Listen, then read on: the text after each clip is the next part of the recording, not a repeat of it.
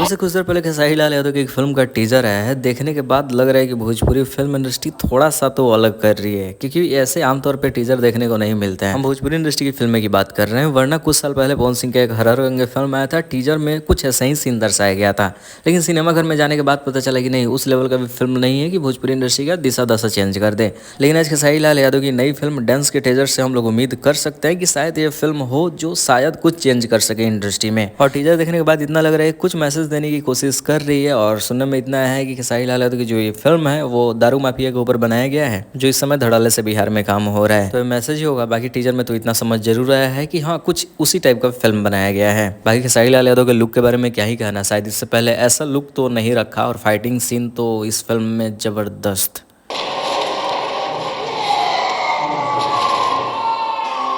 बाकी क्या film release होने का इंतजार करते हैं, चलते हैं सिनेमाघर में, देखते हैं जब भी फिल्म रिलीज हो। बाकी रिएक्शन सामने आएगा। आप सब चैनल को सब्सक्राइब करे रहिए। और आपको क्या लगता है, टीजर आपने देखा या नहीं, कैसा लगा, अपनी बातों को कमेंट बॉक्स में लिखिए।